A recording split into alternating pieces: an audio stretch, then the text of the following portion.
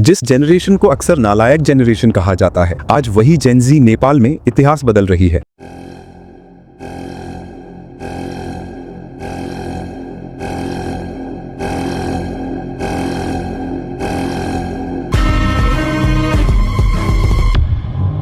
नेपाल में पिछले कुछ हफ्तों से हालात लगातार बिगड़ते चले गए। आंदोलन इतना उग्र हुआ कि संसद भवन और प्रधानमंत्री आवास तक प्रदर्शनकारियों का कब्जा हो गया और कई जगहों पे आगजनी हुई। प्रधानमंत्री केपी शर्मा ओली को भारी दबाव के बीच आखिरकार इस्तीफा देना पड़ा। वहीं वित्त मंत्री विष्णु प्रसाद पौडेल को सड़कों पर भीड़ ने घेर लिया, उन पर हमला किया गया और उन्हें भागकर अपनी जान बचानी पड़ी। सबसे दुखद घटना तब हुई जब प्रदर्शनकारियों ने पूर्व प्रधानमंत्री झलनाथ खनाल के घर पर आगजनी की। इस आग में उनकी पत्नी राजलक्ष्मी चित्रकर गंभीर रूप से घायल हो गई और बाद में उनकी मौत हो गई। अब तक की रिपोर्ट्स के मुताबिक इस पूरे आंदोलन में लगभग 51 लोगों की जान जा चुकी है और हजारों घायल हुए हैं। युवाओं का गुस्सा इतना बढ़ चुका है कि नेपाल एक बार फिर से तानाशाही से हटकर लोकतंत्र की वापसी की ओर बढ़ता हुआ नजर आ रहा है। कई मीडिया रिपोर्ट्स का कहना है कि इसका सबसे बड़ा कारण था नेपाल सरकार द्वारा लगाया गया सोशल मीडिया बैन, लेकिन हकीकत इससे कहीं गहरी है। भ्रष्टाचार, बेरोजगारी, महंगाई और राजनीतिक अस्थिरता, इन सब ने मिलकर हालात को इस कदर विस्फोटक बना दिया कि गुस्से में फट पड़े युवाओं ने सड़कों पर निकलकर पूरे सिस्टम को चुनौती दे डाली। हालांकि अब आर्मी ने सिचुएशन को अपने हाथों में ले लिया है। दोस्तों, पिछले कुछ सालों में एक अजीब पैटर्न दिख रहा है। पहले स्टूडेंट प्रोटेस्ट शुरू होते हैं, फिर हालात दंगों में बदल जाते हैं, फोर्स भी साथ खड़ी होती है और आखिरकार सरकार गिर जाती है। ऐसा बांग्लादेश और श्रीलंका में हो चुका है। अब इंडोनेशिया और नेपाल में भी वही दोहराया जा रहा है और भारत में भी यही होने वाला है। तो क्या ये एशिया में बस एक सिर्फ इत्तेफाक है या फिर कहीं गहरे स्तर पर कोई बड़ी चाल चल रही है?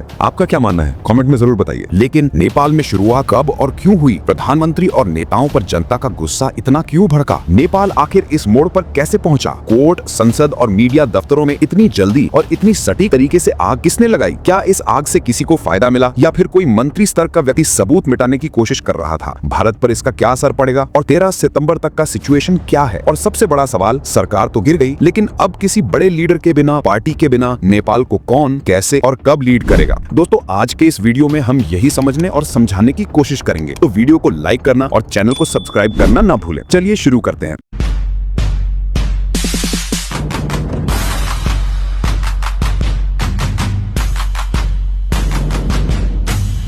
दोस्तों, नेपाल की राजनीति पिछले कुछ सालों से लगातार अस्थिर रही है, जिससे युवाओं में खासकर यानी जेन ज़ी में बेरोजगारी, अवसरों की कमी, आर्थिक तंगी, राजनीतिक भ्रष्टाचार से बहुत नाराज थे। वो महसूस कर रहे थे कि नेता और उनके परिवार नेपो किड्स जैसा जीवन जी रहे हैं, यानी नेताओं के फैमिली और रिश्तेदार ही असली जीवन जी रहे हैं, जबकि आम लोगों के हालात बहुत खराब है। ये नाराजगी सोशल मीडिया पर नेपो बेबी या नेपो किड्स जैसे हैशटैग से बढ़ी। सोशल मीडिया ही इन गुस्से और आंदोलनों का सबसे बड़ा प्लेटफॉर्म बन चुका था। इसी को देखते हुए सितंबर 2025 की शुरुआत में नेपाल सरकार ने आदेश जारी किया कि जो भी सोशल मीडिया कंपनी नेपाल में काम करना चाहती है, उसे सरकार में रजिस्टर होना पड़ेगा। सरकार का दावा था कि इससे फेक न्यूज, अफवाहें और हेट स्पीच को रोका जा सकेगा। उनका कहना था कि कई प्लेटफॉर्म्स पर हिंसा भड़काने वाली सामग्री और भ्रामक खबरें फैल रही थीं। सरकार ये भी चाहती थी कि अगर किसी यूजर पर कार्रवाई करनी पड़े तो कंपनी की हेल्प से यूजर का पोस्ट डिलीट और कार्रवाई किया जा सके। लेकिन असली कारण इससे कहीं गहरा था। युवाओं का गुस्सा सोशल मीडिया से फैल रहा था। बेरोजगारी और भ्रष्टाचार के खिलाफ जितने भी कैंपेन हुए,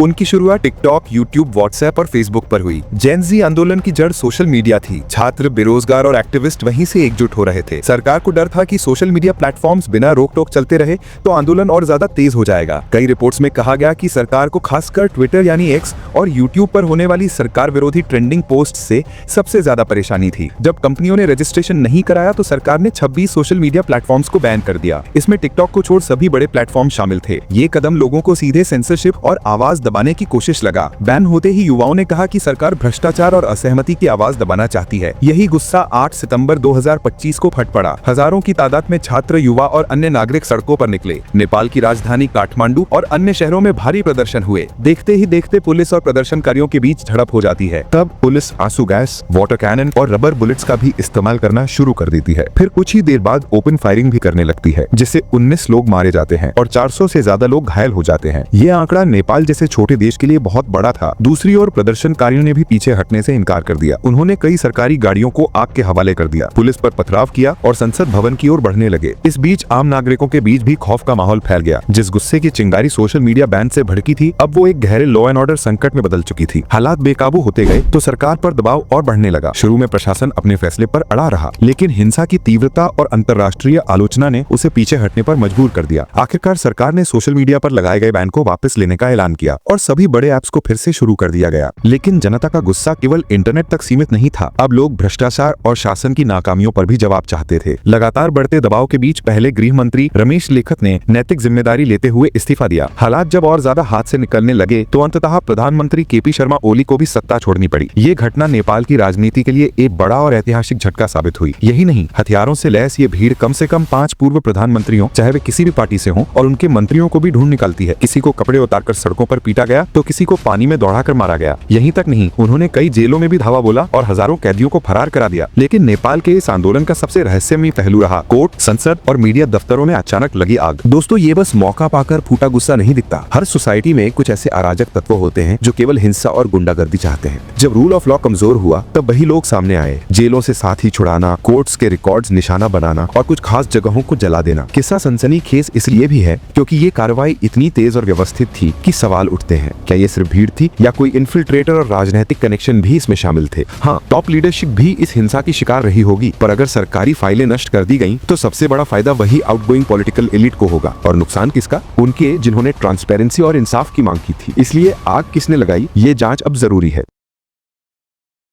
नेपाल की ये उथल पुथल भारत के लिए सिर्फ पड़ोसी की खबर नहीं है, बल्कि एक सीधी चुनौती है, क्योंकि भारत और नेपाल की 1700 किलोमीटर लंबी खुली सीमा है। अगर नेपाल अस्थिर होता है तो इसका असर सीधा भारत के बिहार, उत्तर प्रदेश, उत्तराखंड और सिक्किम जैसे राज्यों पर पड़ सकता है। पहला खतरा है शरणार्थियों का दबाव। हिंसा और अस्थिरता बढ़ी तो हजारों लोग भारत की सीमा पार कर सकते हैं। दूसरा असर होगा सुरक्षा पर। जब भी किसी देश में रूल ऑफ लॉ कमजोर होता है तब तस्करी, हथियारों की आवाजाही और चरमपंथी तत्वों के सक्रिय होने का डर बढ़ जाता है। तीसरा है कूटनीतिक और आर्थिक असर। नेपाल भारत का पुराना साझेदार है, बिजली, पानी, व्यापार और रणनीतिक मामलों में। लेकिन अगर वहाँ पॉलिटिकल वैक्यूम बनता है तो चीन जैसे देश इस खाली जगह को भरने की कोशिश करेंगे। पर अच्छी बात यह हुई है कि नेपाल में जो सरकार बदली है उसमें केपी शर्मा ओली सत्ता से बाहर हो गए हैं। वे कम्युनिस्ट पार्टी ऑफ नेपाल से थे और अक्सर चीन का पक्ष लेते थे और भारत के खिलाफ रहते थे। इसलिए उनका जाना भारत के लिए फायदेमंद माना जा रहा है। दोस्तों, नेपाल के जेन जी सिर्फ भ्रष्टाचार के खिलाफ नहीं बोल रहे, बल्कि वे साफ सुथरी राजनीति, आधुनिक शिक्षा और अच्छे रोजगार की भी मांग कर रहे हैं। भारत के पास मौका है कि वो नेपाल के युवाओं का साथ दे। भारत स्कॉलरशिप, तकनीक, स्टार्टअप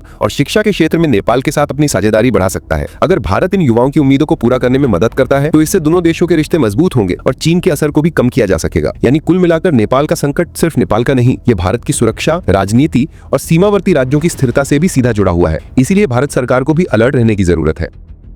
दोस्तों, नेपाल अब एक ऐतिहासिक मोड़ पर है। पिछले कुछ दिनों की हिंसा के बाद इस समय इतिहास के सबसे बड़े राजनीतिक संकट से गुजर रहा है। संसद भंग कर दी गई है। चुनाव की नई तारीख अगले साल 5 मार्च 2026 के लिए तय की गई है। प्रधानमंत्री केपी शर्मा ओली को इस्तीफा देना पड़ा और देश की कमान अब एक अंतरिम सरकार के हाथों में है। राष्ट्रपति रामचंद्र पौडेल ने पूर्व चीफ जस्टिस सुशीला कार्की को अंतरिम प्रधानमंत्री नियुक्त किया है। ये नेपाल के इतिहास में पहली बार है जब कोई महिला प्रधानमंत्री बनी है। लेकिन क्या केवल एक अंतरिम चेहरा इस तूफान को थाम पाएगा? क्योंकि हालात अभी भी सामान्य नहीं है। करीब 12,500 से ज्यादा कैदी जेल से फरार हैं। कई सरकारी दफ्तर और कोर्ट्स के रिकॉर्ड जल चुके हैं। सुरक्षा बल सड़कों पर तैनात है, लेकिन भरोसा और विश्वास अभी तक बहाल नहीं हो पाया है। सबसे बड़ा सवाल यहीं से शुरू होता है। सरकार तो गिर गई, लेकिन अब नेपाल को कौन लीड करेगा? कोई बड़ा नेता सामने नहीं है। पारंपरिक पार्टियां जनता के गुस्से का शिकार हैं। युवाओं का गुस्सा सिर्फ सोशल मीडिया बंदी तक सीमित नहीं रहा, वो भ्रष्टाचार, भाई भतीजावाद और राजनीतिक नाकामी के खिलाफ है। यानी नेपाल एक अनिश्चित दौर में खड़ा है। एक तरफ मार्च 2026 के चुनाव की उम्मीद है, दूसरी तरफ डर ये भी है कि अगर तब तक कोई मजबूत लीडरशिप सामने नहीं आई तो सत्ता का खालीपन और अस्थिरता को पड़ोसी ताकतें, खासकर चीन, अपने फायदे के लिए इस्तेमाल कर सकती हैं। तो असली चुनौती यही है, नेपाल को अब एक ऐसा नेतृत्व चाहिए जो न सिर्फ चुनाव तक देश को संभाले, बल्कि जनता के भरोसे को भी वापस जीत सके, वरना ये आग यही नहीं रुकेगी। फिलहाल तो सिचुएशन कंट्रोल में है, लेकिन जिस आंदोलन ने पूरी दुनिया का ध्यान खींचा, पहले सड़कों पर गुस्सा था, आग थी, तोड़फोड़ थी, पर जब धुआं छटा तो वही जेनजी जिसने विरोध किया था झाड़ू और ब्रश लेकर उसी सड़क पर उतर आया। उन्होंने राख हटाई, कचरा साफ किया और दीवारों पर जली हुई जगहों को रंग कर नया रूप दिया। ये नजारा हैरान कर देने वाला था, क्योंकि ये सिर्फ गुस्से की लड़ाई नहीं थी, ये जिम्मेदारी की मिसाल भी थी। युवाओं ने साफ कर दिया कि उनका मकसद अराजकता नहीं है, उनका मकसद है एक नया, पारदर्शी और बेहतर नेपाल। यानी जिस हाथ ने विरोध का झंडा उठाया वही हाथ देश को फिर से संवारने में भी जुटा। लेकिन दोस्तों, आपको क्या लगता है, मार्च 2026 तक सुशीला कार्की नेपाल की बागडोर संभाल पाएंगी? और नेपाल में हुई इस तरीके से तख्ता पलट के बारे में आपकी क्या राय है? नीचे कमेंट में जरूर बताइए। और अगर वीडियो इन्फॉर्मेटिव लगा हो तो इसे अपने दोस्तों के साथ शेयर करें और चैनल को सब्सक्राइब करना और वीडियो को लाइक करना ना भूले। फिर मिलते हैं अगले वीडियो में। धन्यवाद।